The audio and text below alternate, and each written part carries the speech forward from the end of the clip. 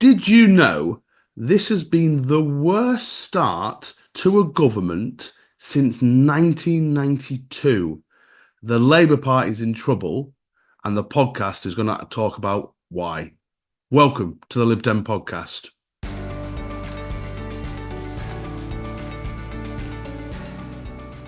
We are back. My name is John Potter. I am the host of the Lib Dem Podcast, and I am a councillor up here in Lancashire. And I'm joined by the Queen of Federal Conference Committee, Hannah Kitchen, the leader of the Barnsley Lib Dems. How are you doing, Hannah? There might be a couple of people on FCC who might dispute that, John, but I'm very well, thank you. If you are part of FCC and would like to send me a personal different adjective for Hannah, we can absolutely do that. But we are delighted to have one of our new MPs, obviously one of the founding members of the pod and an all-round top bloke, Tom Morrison, MP for Cheadle, back on the pod. Hello, Tom. Hello, mate. How are you? Yeah, this is exciting. Actually, it's still very weird to hear me being described as MP. That's odd, isn't it? That's Yeah, bonkers. and me and Hannah have to be on best behaviour, listeners, because what some of you may not know is obviously the top team of the Lib Dems have been announced, and Tom is on it, along with actually the three other members of the podcast team. But Tom is now Deputy Chief Whip. Now, Tom, now, so I mean, what's really interesting about this, Tom, and I don't know if you how much you can explain. How does that conversation go when you get the phone call? Is it by WhatsApp, or do you get a call from Wendy, who's the Chief Whip, or how did you get that appointment? So it's a funny story actually. So I woke up the day that things were being announced. I woke up with four missed phone calls at like 8 o'clock in the morning from the whip's office. Oh God. And I'll tell you that's and then a WhatsApp message saying, can you let me know when Wendy can call you? And generally that is a terrifying experience if you've got four missed calls and then your mind starts going, what's happened, what have I done, what? And this was just after They conference found as those well, and I was photos. like, Yeah. I don't drink, so I don't think I did anything at conference that was stupid. What happened? And then gave the time, and it was Ed that called me. It was and offered me the role, which I was delighted to take. I was over the moon. And as you said, everyone from the Lib Dem pod has got a role. This the most influential pod in politics, I think. This I is think it. so.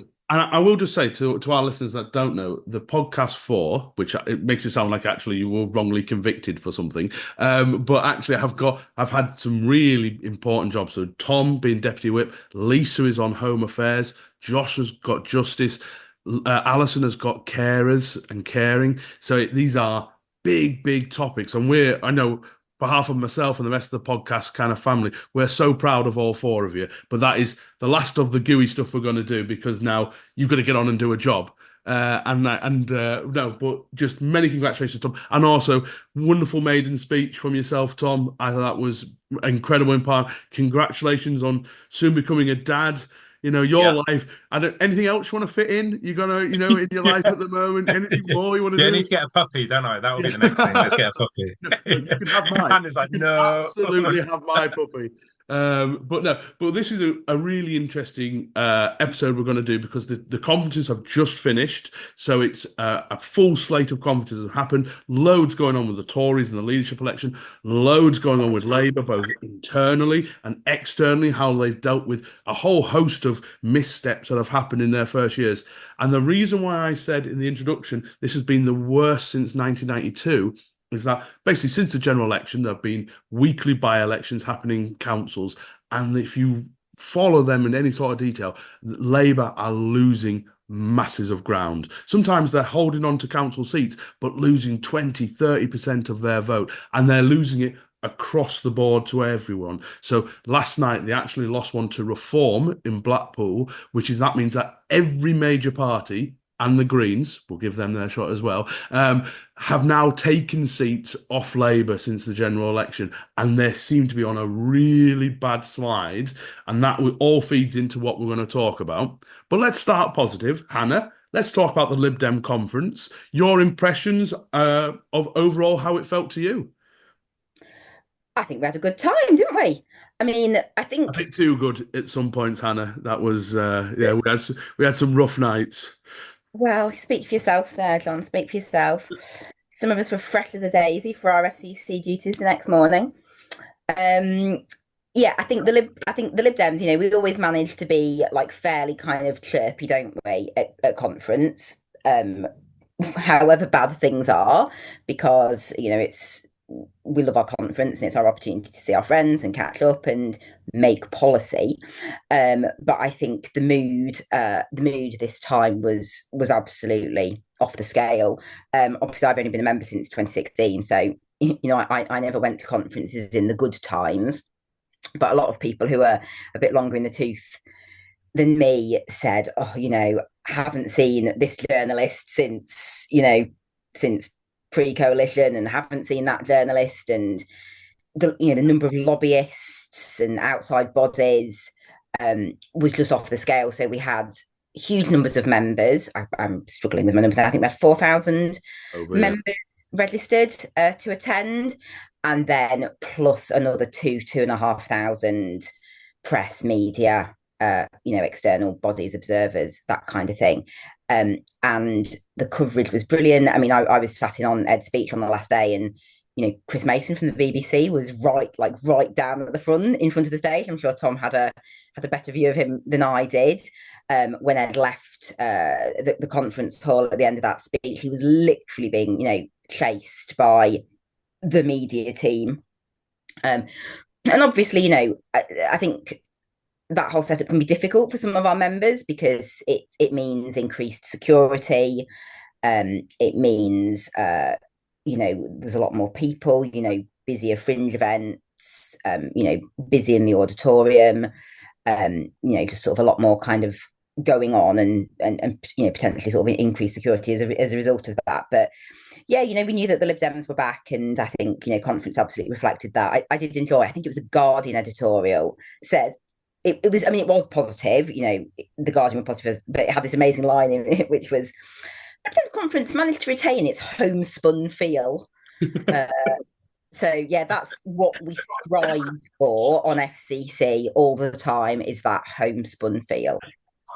Tom, I remember bumping into you on, I think it might have been Saturday night, and that was my busy day at conference when I was working there, and you were outside and you just went, "I think I have like 2 minutes of spare time between now and Tuesday." And I think, but for you, Tom, I mean, it was wonderful for us, because basically you turned around a corner and there was an MP at every other minute, and it's like, where have these all come from? But what was it like for you, Tom? Yeah, it was really good. I remember that. I think we both looked shattered, didn't we? And actually, interestingly, probably about 2 minutes later, Daisy Cooper saved my life after I bumped into you. So I was on the phone to Lou, chatting away. I was carrying around my football stuff, because we'd been playing the lobby team earlier that day, and I saw Daisy crossing the road, and I was like, "Hey, Daisy, how are you?" And as I stepped out, she pushed me back. And this car went right past me, and I was like, "Oh!" And then, full of Carey, being my boss and all, full of Carey, she went, "Tom, we can't afford another by-election." Absolutely not. Yeah. Thanks for that. No, it was busy, but I agree with everything Hannah said. It was the buzz around it. It was the best conference I've been to. Ever, actually. Everyone was so happy, everyone was like buzzing. It was great to see so many journalists and people taking an interest as well. So it was really, really good.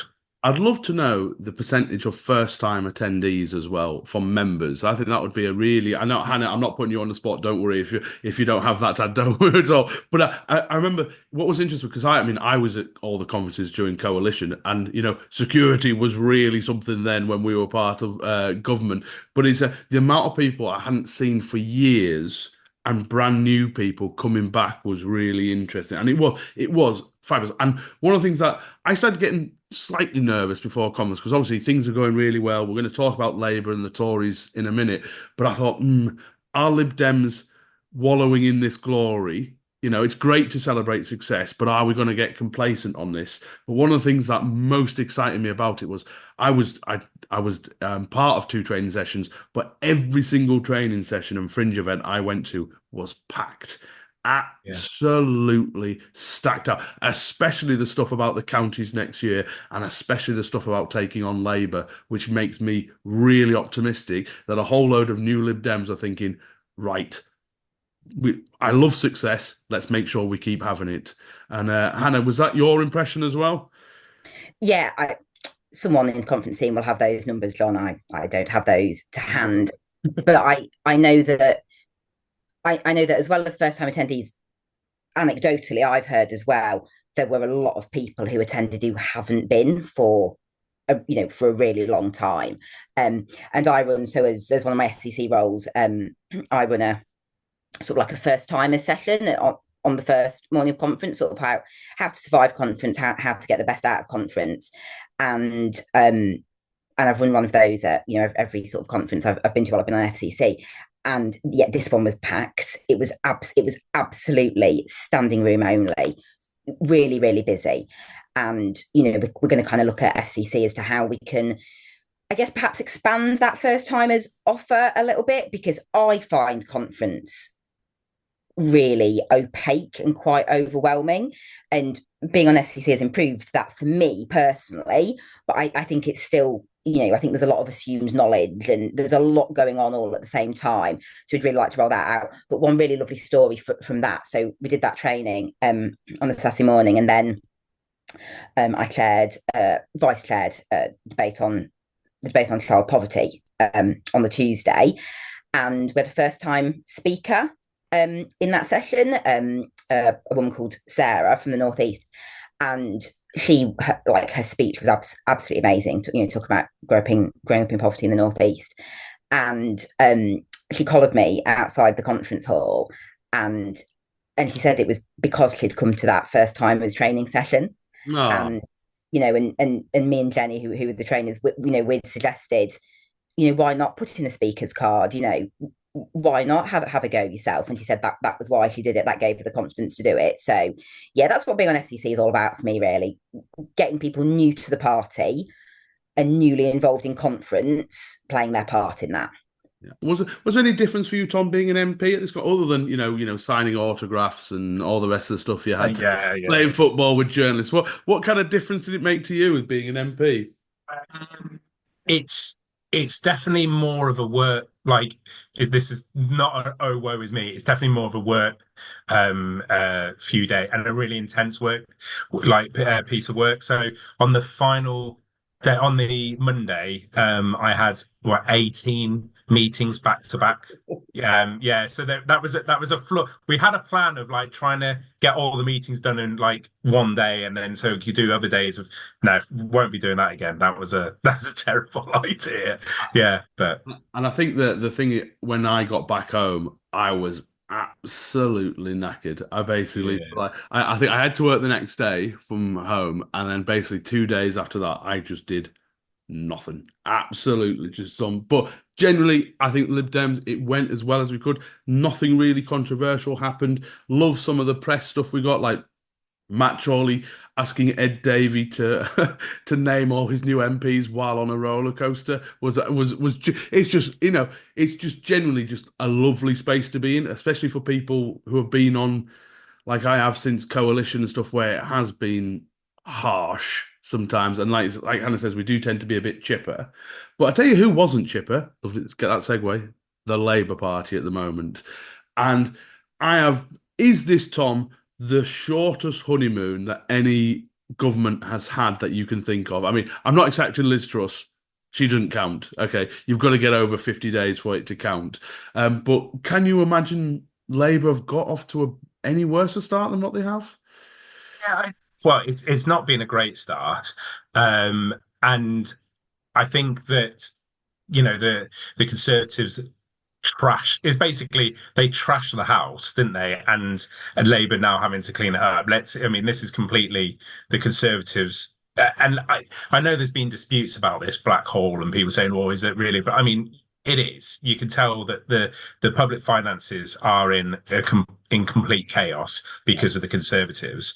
That said, I think there have been a few unforced errors. The winter fuel allowance, it was just, that my inbox has just been inundated with the winter fuel payment stuff, and people are genuinely worried and scared about what it means for them this winter because of the announcements made by the government. And I cannot understand why the Labour Party thought that was a good hill to die on, because it just doesn't make any sense. But isn't it now? It's got to that point, and Hannah, sorry if you were just about to jump in here. It's about pride now for him, because it was is the thing. Because you're right. No, I mean we are both in areas, Tom, where we are one of the areas that is due one of the new hospitals, which now has been put on the back burner. We're waiting for finding out what's going to happen with Stepping Hill and Royal Preston. But actually, Labour Party have done such a dodgy job of doing this, and the winter fuel, because they announced it so early, it's now it's now kind of a sign of strength that they have to keep with it, even though it's stupid, and even though they could reform it to make it so much better than what it was. But Hannah, I mean, you're obviously a Labour-facing area like I am. I mean, and like Tom, I've never known something probably as much as this come up on the door as quickly from a new government. No, it's it's going down like a plate of cold sick, isn't it, with the electorate? I think it's probably fair to say. We had a town council by-election the first week of September, which is, not really how anyone wants to get the new school year off to a great start. But my residents are generally really good at separating out local and national politics. So they'll say, we vote with Hannah and the Lib Dems locally, but the vast majority of them did their own thing really in the general election, and they're very good at separating that out. We were knocking up postal voters and then knocking up on polling day, so just like Shuttleworth, like local supporters, and on every single doorstep they were having a chat about local stuff, and then they were saying, oh, we're not very impressed with Keir Starmer, not very pleased with what Labour's done. Like, that was unprecedented, for me, for a national issue like that to be coming up, not even in a local election, in like a really kind of like small fry, like parish council by-election. My inbox as well, obviously not as bulging as Tom's, but I have been contacted by residents, and it's a combination of people who are genuinely worried, those people who have sort of got a very small private pension, which just sort of tips them over that threshold for pension credits, and genuinely need that money, particularly on the back of there's been a cost of living crisis, and a massive chunk of that has been fuel prices. The energy price cap went up on the 1st of October. So people who are genuinely worried, and then other people who are saying, look, I don't really need it, like we're fine, it's okay. But even despite being okay, have felt those increased fuel bills and have felt the increased cost of living, and are therefore saying, we're really worried about other people. It's, I'm no economist, and I'm sure that the economic situation that this new government is facing is, absolutely overwhelmingly. But I'm really starting to get the feeling that Starmer is just exceptionally bad at politics. Just like Sunak. Weird enough, that he reminds me that, they're obviously both quite technocratic, but and I do think there's a logic to it, because when I first started, the very first, I thought, oh, hello, Sue Gray's got them where they need to be. They knew they were going to enter government, so she's got them. But one of the critical mistakes for me, Tom, is that they've left this huge gap before the budget.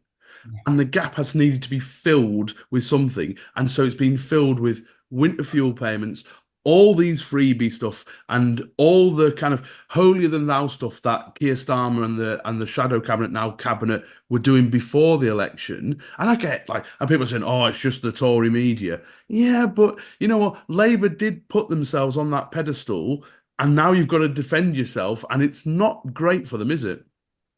Yeah. The freebie stuff is, some of it is. I think Tim Farron talks about it on, was it Question Time a couple of weeks ago, and yeah. I thought he was absolutely spot on with what he said. And some of it is pearl clutching, but you can't go around.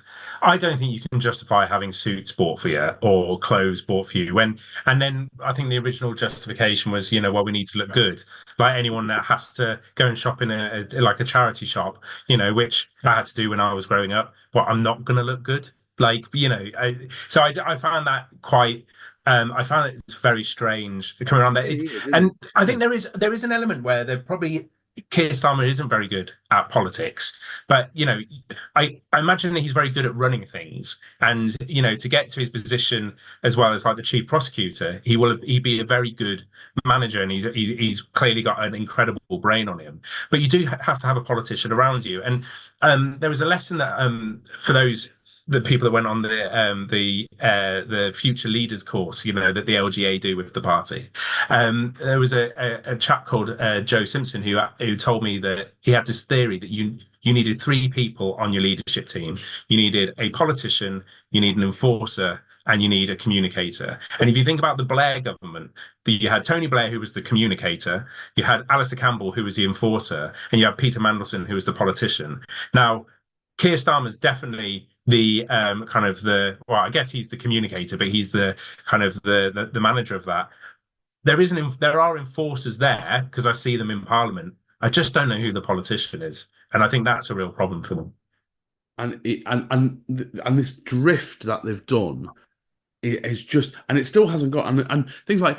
And the way they're doing it, I mean, there's clearly been a massive issue with their comms in terms of that comms department coming into it. Because, like, even so, I think it was just a couple of days ago, Keir Starmer saying he's going to pay back £6,000 of these things, but his cabinet isn't. So where's that story going to go? It's just going to rumble on again. It's, they just haven't managed it at all, have they, Hannah? Yeah, I think I've been listening to some analysis of this over recent sort of weeks, because it's been going on for weeks. Yeah. And I think there's a couple of things here, which is, did they perhaps not expect this summer election? So, they've been saying for a long time they're general election ready, they're ready to go any time. But did they really not expect it? Did they expect it to be an autumn election? In which case you kind of like, your existing parliamentarians have had recess, you campaign towards the back end of the summer, into autumn, boom, straight into a budget, they had a plan. Whereas what's happened is people came into this general election exhausted, and, because of the local elections, and I doubt that, the Labour Party are any exception to that. And then you've gone pretty much straight into recess.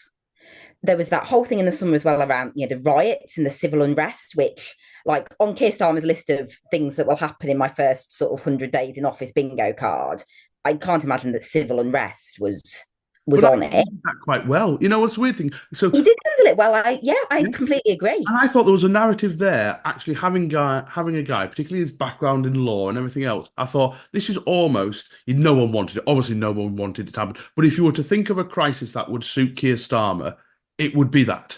Yeah, and it did, but maybe it was like a bit of a, like stick in the spoke sort of thing. Then they went into recess, and I suspect, well, it seems like they all basically collapsed in a heap. So, the election was over. They'd had this like pretty kind of unpleasant start with all the writing and stuff. Went into recess. They clearly should have had a budget. I mean, I think the Lib Democrats were calling for an emergency budget on health and social care, as I recall. They clearly should have had an immediate budget, but they obviously didn't have a plan in order to pull that off. They didn't have, so Labour haven't been in government since this environment of your 24-hour news cycle. So it must be, it must be completely different now to have that constant, like social media. So I suspect that back in the day, you had the recess, you could have, some stories lined up to send out to your print journalists, and they would trickle out like one per week. Jobs are good, and you can have a month off. It's all nice. Whereas now there's this constant, you need to feed and fuel that 24-hour news cycle. It sounds like they haven't been feeding that. So, the media has gone and sort of like found news. So they just haven't got a handle on it at all. And I think in terms of the freebies, the donations, I don't think that would have blown up if it wasn't for the other stuff. So, one of the lines that I used in my full council speech last week when we attacked Barnsley Labour over this was, if vulnerable, disabled, elderly people can pay for their own heating this winter, the Prime Minister can pay for his own clothes. Like that's what sparked it off. Yeah, completely. And I don't know how they're going to get out of it. And I suppose, and even like say the winter fuel stuff. And I know Lib Dems across the country. I've got a motion towards Preston City Council in a couple of weeks. I mean, Labour are not used to being the bad guys. I mean, you got to think they've been out of power for so long. They are not used to these awkward decisions, whether that's the two-child cap, pushing social care into the long grass, all these things that they were, waxing lyrical about before the election. Suddenly, governing is hard, man, and they are really finding that now. And what's going to happen with local council finance? I know this is not the most sexy of things for most people who only kind of dip their toe into politics, but actually, if suddenly vast numbers of Labour councils start going bust, there's a lot of bad news coming down this track. And people like Tom and our team have got to be the voice of opposition, because the Tories, again, I'm doing well with my segues here, and they are in a weird place. I'm going to say this because the Tory party conference seemed really happy. And I think, and I was talking about Lib Dems being complacent. I think there's a complacency on the Tories at the moment, thinking they're going to walk back into power in 5 years. Now, Labour might do really badly in this next 5 years in terms of they might not turn it around. But the Tories are in a huge hole, Tom. And, and the fact that I don't think they quite get just how low they dropped and how still, when I go knock on doors, that brand has not recovered. Oh, no, no. It absolutely has not recovered, and it takes a long, long time for any brand, whether it's in politics, whether it's in any kind of marketing. If you take damage, it takes a long time for your brand to recover. I think I think you're right. I think the Conservatives are in a sort of denial. I think there is I do think there is like the pressure's off almost. It's like, wow, we're in opposition, we can let our hair down a bit. But they are still fighting the arguments that they've just lost an election on. Everything they're doing in Parliament, even the questions they're raising in Parliament, the positions they're taking on various bills, is they are still fighting the 2024 general election. And everything I heard from all of the leadership candidates was talking about what happened in that election. None of them have a vision of where they want to take the country. And actually, the Labour Party, I think that's why they're suffering as well, is because they have never explained what their vision is for the country. And actually, lo and behold, surprise, surprise, I think Ed and his team are the ones that are pushing, have pushed in the general election what a Liberal Democrat future might look like. And that is now coming forward. And that's where that constructive opposition line comes in. And if you look at favourability scores, Ed Davey is now the most popular frontline MP. Of course he is. In the league. And it's because we really, if we talk about the general election, it was healthcare sewage is kind of where Lib Dems went. And actually, all we did is focus remorselessly on that. So this is what we've been talking about for years. Through all those failed general elections, pick something, run, repeat, and run it. And we've got there. And I can't remember any time, maybe when Cleggmania happened for that like kind of week in 2010, that actually I'm still getting people on the doorsteps now who, when I look at their past voter history, are not natural Lib Dems saying, that Ed Davey seems like a real good bloke.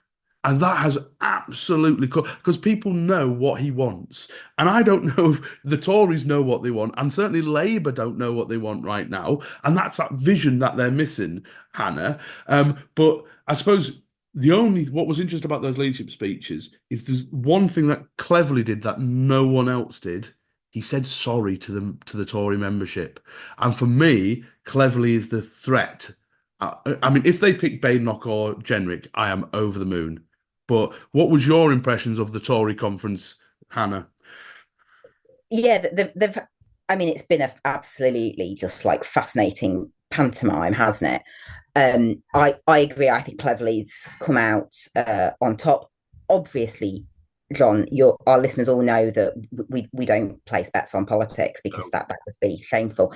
But if I were the sort of person that might place a bet on politics, then yeah, my money would definitely be on Cleverly to win that. You think he's actually going to win, though? It's like, I wish the Labour government were doing a better job of this. It's not good for the country that they're being so bad at it. And Is it absolutely possible that this government will toss that majority away in 5 years and we'll get a Tory government back because they refuse to engage with electoral reform? Yes, it is possible. And so, on that basis, again, it would be quite nice if the Tories chose a vaguely competent leader. Kemi Badenoch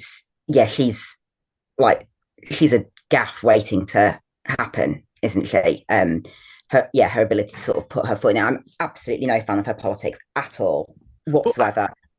But I think where the Tories went wrong, and I think where Sunak went wrong as well, is that what people were striving for, not the members, because members are always quite extreme just by, there's not that many people who are into political parties anymore. But what the general moderate Tory voter wanted was a level of competence. You could the Tory party would look after their money, and instead, right the way through, whether it was Rwanda or anything else, the Tories chased issues. They were constantly on the lookout. What's the next thing we can go, isn't it outrageous? And they're doing it again. I mean, Badenoch about maternity pay, Jenrick about the ECHR.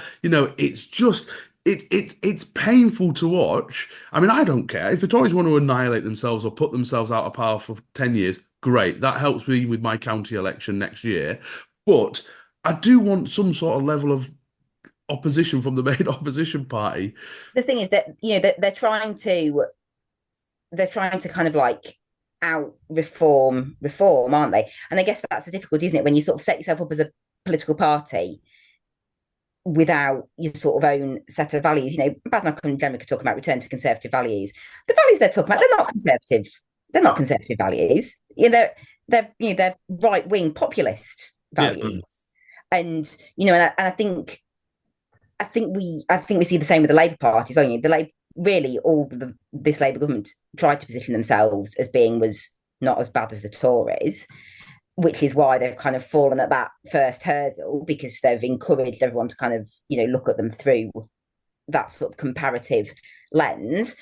They're not going to get anywhere, chasing those other policies. And I don't know. Who knows how the Tory membership will vote, but I don't think we're going to see, much like with Labour after that defeat in 2015, when they kind of like retreated into themselves and decided that actually socialism was the answer.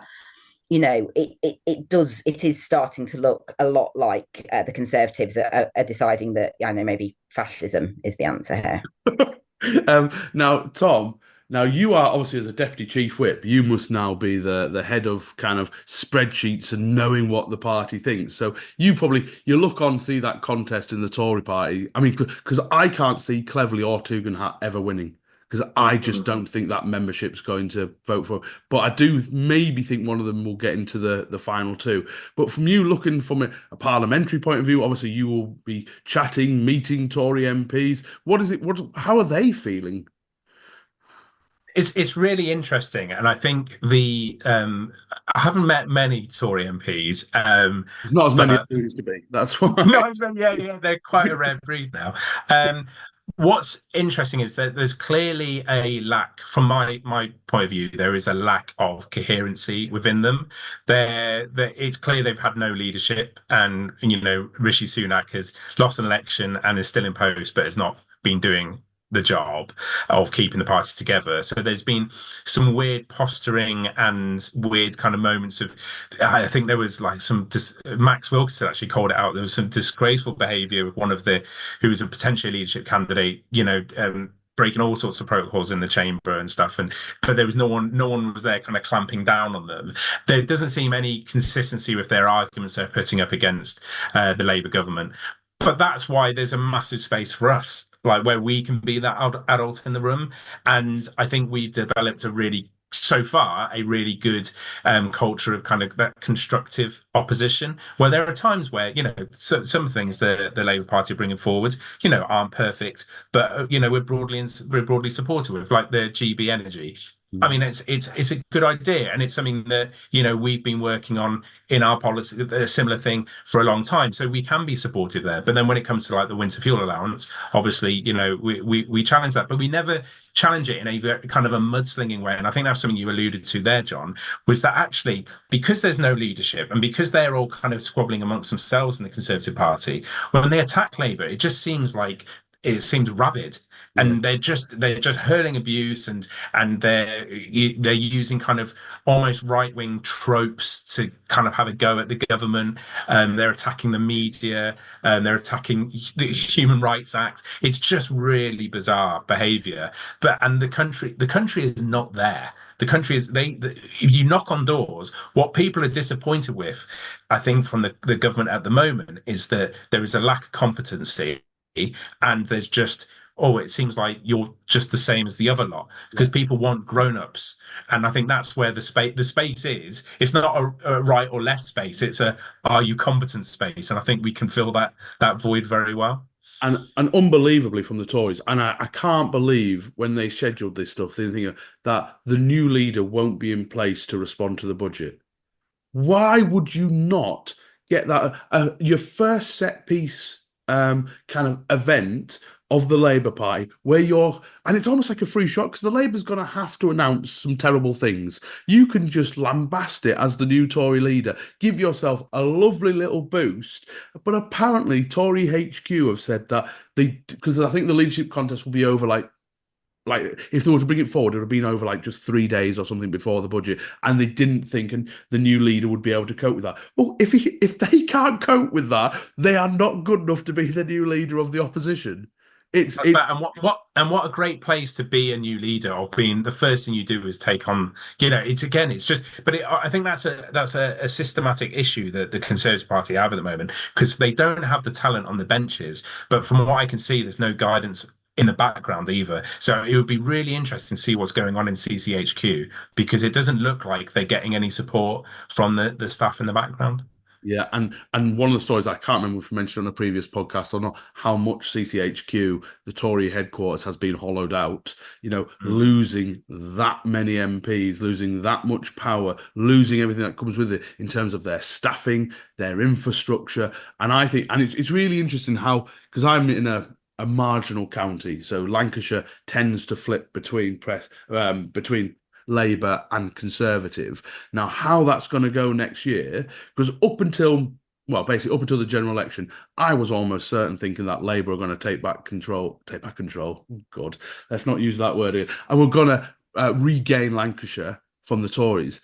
I'm generally not sure how it's going to happen. What's going to happen next year? I know Lib Dems are looking like it's going to be nearly a perfect kind of setup. I mean, touch wood, we know lots of things can happen between now and May, but actually it could be just the right environment for us to do it. But I'm now thinking, I could be in a position where the balance of power might be with the Lib Dems, just like, lots of other councils are going to be thinking it as well. So it is genuinely up in the air what happens next. And I don't know is this budget going to be like the starting gun for Labour? They're now going to get their act together. Let's go and govern properly. Or will it be just not the omni shambles of what we saw during the coalition, where you lose that credibility, and all people now remember is the first impressions of winter fuel, two-child cap, and all the rest of it. But I mean, Hannah, for our campaigners out there who listen and watch this podcast, I suppose what we have to do is you've got to get out there. I know you've got, if you've got elections in 2025, absolutely you need to be out there. But if you've got elections in 2026, you also get your candidates sorted now. Start getting prepared, because, there is an opportunity for Lib Dems to do some wonderful things. Yeah, this is, obviously for those of us in sort of Labour-facing areas, that, the sort of complaint that a lot of people have made over recent sort of months and years is, we don't do anything Labour-facing. Well, our parliamentary team are doing it. They've done it. The biggest issue that's coming up on the doorsteps, our MPs voted against Labour's plans to cut the winter fuel allowance. And I think Tom, the parliamentary team are absolutely in the right place, in that they are being adults, they're providing, constructive opposition. They're doing absolutely the right thing. But when it comes down to those crunch votes, they are voting in the way that those of us in Labour-facing areas need them to. So, yeah, we're leaving the rabid screeching to those of us in opposition to Labour in our full council meetings, which we're all enjoying very, very, very much indeed. And yeah, just don't be afraid to get out there and start campaigning on this. people in sort of our big sort of northern towns, we've got so used to campaigning on like hyper local stuff, and all of a sudden you've now got a massive national issue that you can put out. You can put out a borough-wide or a city-wide or a county-wide tablet or leaflet on this, because this is something that is, whether your patches are Lib Dem held, whether they're Tory facing, they're Labour facing, SNP facing, whatever. This is an issue that is cutting through like across all of that. So where people have sort of been battening down the hatches, focusing on hyper local stuff, get a borough-wide or city-wide tabloid together on this one, and get it out there. Start building up a little bit of momentum ahead of 25 and 26 elections. And I feel confident that it's absolutely right that our MPs, the vast majority of whom were elected in Tory-facing seats, continue to hold to account and criticise the last Conservative government. I think it would look very weird if they all of a sudden turned full barrels on Labour. So I think the tone in Parliament is absolutely bang on, because at the end of the day, the country would be much better if Labour would implement our plans on reforming social care. Like, I'm not holding my breath, but that would be great. And you need that constructive opposition and that potential to work collaboratively to do that. Yeah, those of us that are in Labour facing areas, we can go in a bit harder. Can I ask a question though, John? Because I would love to know, Tom. John asked what's the mood amongst the Tory MPs?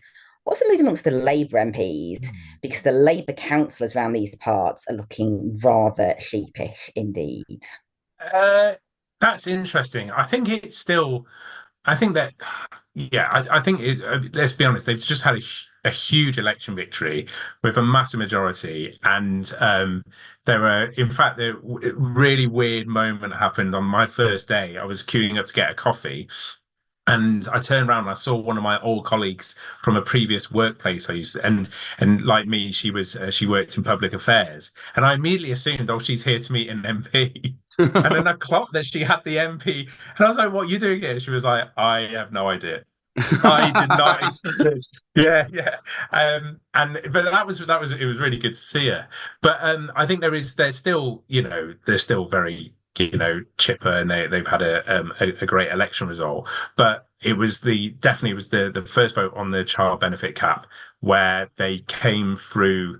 So there was three votes that night. The first vote, I forgot, it was a Tory amendment. They came in, they read out the results, Labour won the vote, and there was this huge cheer of we're in power. Then the next vote was to scrap the benefit cap. And then when they all came in, there was no cheer, and they all looked. There was definitely a feeling of, oh, okay, this is real now. We are having to follow a whip, and that's what you do in government. I mean, we know that as Liberal Democrats more than most, that you end up having to do things that you wouldn't want to do. And I think how Keir Starmer keeps that going over the next, because this is still very early on, how he keeps that going over the next few years is going to be really important. And I think the key is they have to have a vision. So if you don't have a vision, you cannot sell people the dream to then start not only walking through the lobbies that you need, but also delivering the leaflets and knocking the doors and all those things we talked about. So they need that vision. Yeah, and I think I used an analogy where it's a bit like having a gym membership, but you're still going to be fat at the end of it. That's there's absolutely no benefit to them doing it because you don't know what the future's going to hold. But Tom, I'm genuinely, this is like ask questions of Tom, but you're obviously a Tory-facing MP, but a Labour council. And I think it's going to be really interesting how you and lots of other Lib Dem MPs deal with that dichotomy that you've got to now work with of actually being, yes, you don't want to enable Tories to get back their vote, but you've also got to be, do critical things on the government, and how you get that balance, I think it's going to be really interesting. Yeah, I think that's right. But I think sometimes we get too bogged down into who we're fighting. So are we fighting the Tories here? Are we doing Labour? The key thing is we've got a position now where we think about the MPs. We've got 72 MPs elected. All of them are fantastic, and I love all of my colleagues, and I've had and I'm very lucky to be in there with them. And it also came off the back of we had 3 on the bounce historic local elections. So we've got an army of councillors that we've elected. Now, I think often we worry about what are the Tories going to do? We shouldn't be worrying about that. Let's just get out there, knock on doors, deliver for our neighbourhoods, deliver for our wards, our constituencies, our parishes, our district councils, our borough councils, because that's the thing that people are going to remember when they go to the ballot box. They're going to know, they're going to want to know, what did my MP, my councillor do for me? And do they have my back? And so therefore, do they have my vote? And we've got to answer that question first before we start worrying about what the other parties are doing. Absolutely. Final word off you, Hannah, to finish off this the end of the conference season. What we're looking forward to coming up? I suppose it's the budget, I would say. Yeah, obviously we're all very excited about the budget. I can barely sleep at night for thinking about that. Yeah, with my FCC head on, I would like to remind everyone that we have a new venue for spring conference, which is in Harrogate.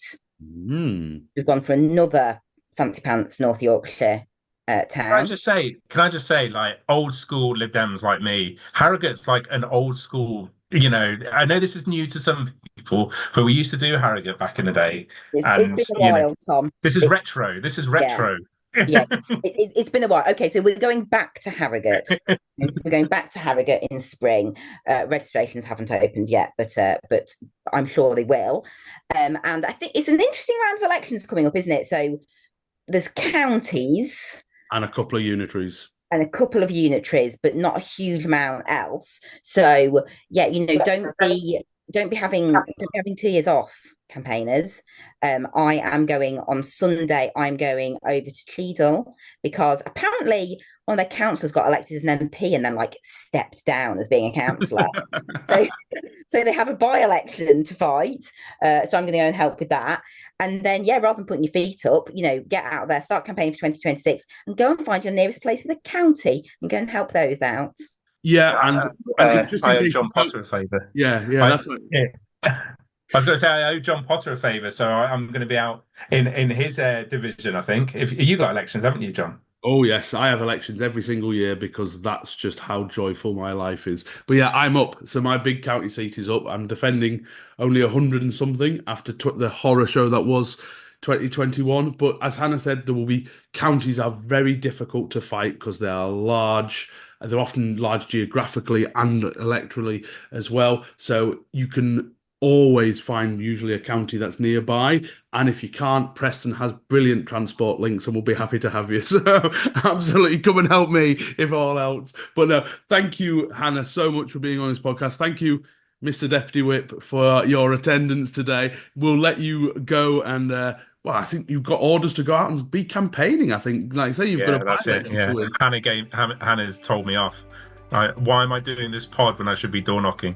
And my team are probably shaking their head as well. Yeah, so there you go.